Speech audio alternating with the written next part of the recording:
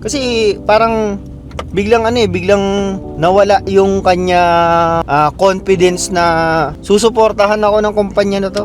Kasi magaling ako, mabait naman ako, maayos naman yung trabaho ko. Yun yung thinking niya. Wala. Tinanggal lang siya ng basta-basta. Yun! Ang tagal nagsimula eh. Kanina ko pa binuksan yung aking camera eh. Uwi na naman. Today is Friday, February 20? Yeah, 20. February 20. Masaya tayo dahil it's Friday. Friday, relax day. Tomorrow, iniisip ko kung yayayain ko yung aking misis maggala. Kasi papalapit na ang spring. Mawawala na ng snow. Kaya kailangan nating lubus-lubusin ng snow. Aayain ko siyang pumunta sa ibang lugar na malapit lang dito sa amin. Tapos, wala lang, gala-gala lang. Meron mga rito, yung mga malalapit na town dito. Meron mga yung mga dinadayo sila dahil sa masasarap yung pagkain nila. Tulad yung sa may Shiloh ba yun? Sa Shiloh. Meron dong pinupuntahan na yung sasakay kayo sa carriage na may mga malalaking kabayo. Mga kabayo rito para mga Canadian din eh. Ang lalaki. Kung ikukumpara mo siya sa kabayo sa Pilipinas, ang lalaki. Napuntahan na nila Jasmine yun nung siya nag-aaral. Parang gusto ko siyang yayain dun bukas. Tapos meron dong sauna. May sauna, merong swimming pool. Hindi na namin isasama yung dalawang bata kasi nambibwisit lang eh. Ayaw na sumama. Pag pinilit mo, reklamo sa biyahe. Kaya kaming dalawa na lang yung misis ko. Magdi-date na lang kami tomorrow, weekend. Saka sakto pa yon.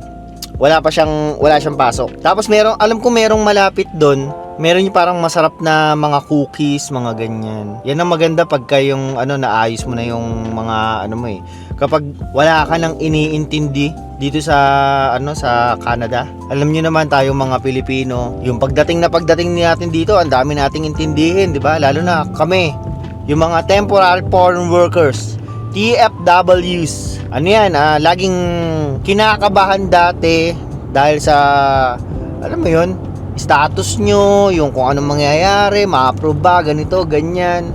Kaya parang sana yung mga kakilala natin na hindi pa na-approve yung kahit anumang ina-apply nila, PR man yan, PNP man yan, kahit mga work permit man yan, sana kayo ma-approve lahat. Kasi di ba lagi nating sinasabi, mahigpit sa Canada ngayon, mahigpit sa mga hindi sumusunod sa hindi tama yung mga naipapasa, kulang-kulang yung mga naipapasa. Pero kung ikaw naman yung mga papeles mo kompleto, 'di ba? Ba't ka naman ihigpitan? Kaya dapat palagi pag kunyari kayo magpapasa, laging kompleto, laging updated yung mga ganyan, no? Pero kaya ko rin nakikwento to dahil sa aking susunod na Cheesemax. Isang kababayan to na tropa natin.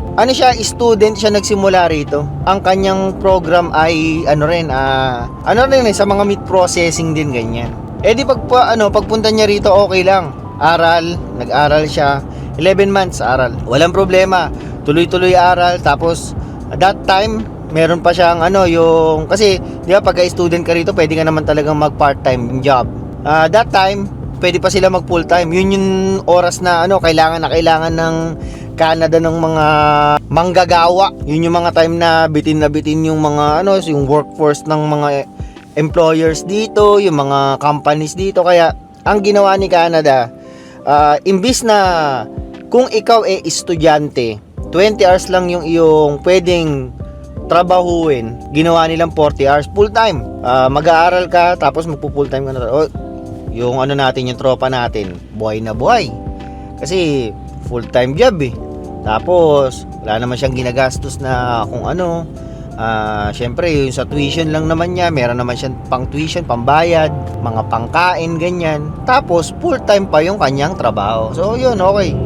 Maganda ang tinatahak niyang buhay dito sa Canada. Eto na, natapos niya na yung kanyang schooling. PGWP na, yung makakapagtrabaho na siya. na-grant siya ng ano ng 1 year na PGWP. So nagtrabaho siya sa isang malaking kumpanya rito sa Canada, dito sa Manitoba. Malaking kumpanya. Tapos ang maganda pa nun, maganda yung posisyon na napwestuhan niya. Parang ano na rin siya, parang umaano na rin na sa supervisor, ganyan, ganun yung ano niya, yung position niya. Nagtagal yung kanyang ano, tatrabaho na siya. Maganda na yung kinikita niya. Okay na, akala natin. Eto na, yung time na kasi ano pa hindi pa siya na-approve sa kahit anong kanyang ano ina-applyan ng mga bago ka mag-apply ng permanent residency, yung PNP, ganyan. Wala pa siyang ano, EOI. Natapos na yung ano, 1 taon. Mag-ano na siya, gre-renew na siya ng kanyang work permit. Yan ang masama. Eto na yung dilubyo. Eto na yung problema. Hindi na-approve yung kanyang work permit. Hindi naman to isolated case, maraming ganitong mga kababayan natin. Ibang lahi, nag-renew ka ng ano mo, hindi ko alam kung anong naging problema sa kanyang work permit, hindi na-approve, na-deny. Yung kanyang pagtatrabaho sa company rito, nakasalalay syempre sa work permit di ba? Biglang nawalan ka ng status. Sabi niya, ang thinking niya, hihintayin niya lang naman daw yung kanyang work permit, yung kahit yung extension lang ng ano ng work permit niya. Hihintayin niya na lang daw. Baka mapagbigyan siya ng company na pinapasukan niya na wag mo na siyang tanggalin, no? Parang hindi lang siya papasok. Yun yung thinking niya. Hindi lang siya papasok pero employed pa rin siya sa company na yun. Para pagka kunyari nakuha niya na yung kanyang extension ng work permit, magtutuloy-tuloy lang siya ng trabaho. Yun yung kanyang thinking. Yung company na yun, malaki yun Kumbaga parang ano siya, para lang kayong tauhan na pwede lang tanggalin basta-basta ganyan. Saka syempre, kung iisipin mo naman, hindi naman siguro magre-risk yung company sa mga ganyang ano. Nawala siya ng status So, pagpunta niya raw sa HR, pumunta siya sa HR, kinausap niya na ganito, wala akong status ngayon. Baka pwedeng yung ano, yung sinasabi niya nga, na baka pwedeng kahit i-hold lang muna yung kanyang employment. Kasi yung may kontrata rin siya sa company na yun Wala. Ang ginawa raw sa kanya, tinanggal daw siya kaagad. Tinanggal siya kaagad, hiningi kaagad yung kanyang ID, yung kanyang basta lahat ng pag-aari ng company na yon, kinuha raw kaagad. Walang ano, ang nangyari sa sa tropa natin na yon, naiyak siya kasi parang biglang nawala yung kanya confidence na susuportahan ako ng kumpanya na to. Kasi magaling ako, mabait naman ako, maayos naman yung trabaho ko. Yun yung thinking niya. Wala. Tinanggal lang siya ng basta-basta. Naalala ko dati sa isang kumpanya, yung sa kumpanya ko dati. Sinabihan ako ng isang kasama ko doon na wag mo masyadong mamahalin yung kumpanya mo. Wag kang magpapakamatay sa kumpanya mo. Kumbaga wag kang magpaka extra hero. Trabaho lang. Trabahong ordinaryo. Paglabas mo ng trabaho, okay na yun. Pero itutuloy na natin, dito na yung miss ko. At makalipas ang 2 alak. Napanood nyo naman siguro yung first half net. Sa sobrang katamaran ko, hindi ko na siya natapos. Pero itutuloy ko na. Eto na, wala lang paligoy-ligoy. Hindi ba natanggal si kababayan, di ba? Ngayon, ano nang ginawa niya? Sa ngayon, kumuha siya ng kanyang visitor visa. At buti na lang, yung kanyang boyfriend, mabait at pina-stay siya. Kasi syempre, wala naman siyang ibang gastusin. Kain lang. Pagkain, tutuluyan.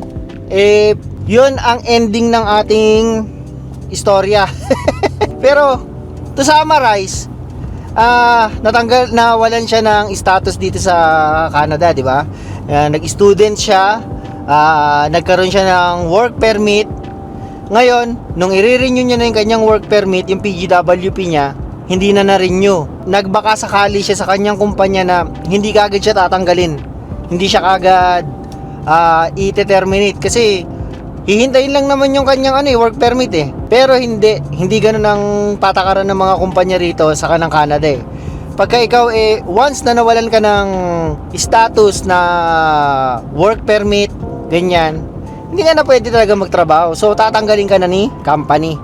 Matik yun. Yun yung niya, parang kinasama ng loob niya na natanggal lang siya basta-basta. Kasi maganda nga yung performance niya sa trabaho. Pero it has nothing to do with your work, di ba? Kasi yun ang rules ni Canada eh. Kapag nakita naman ni Canada na itinuloy para ni company yung employment niya, si company naman ang mamumblema, di ba? Siya ang mayayari, si company. Kaya tinanggal lang siya.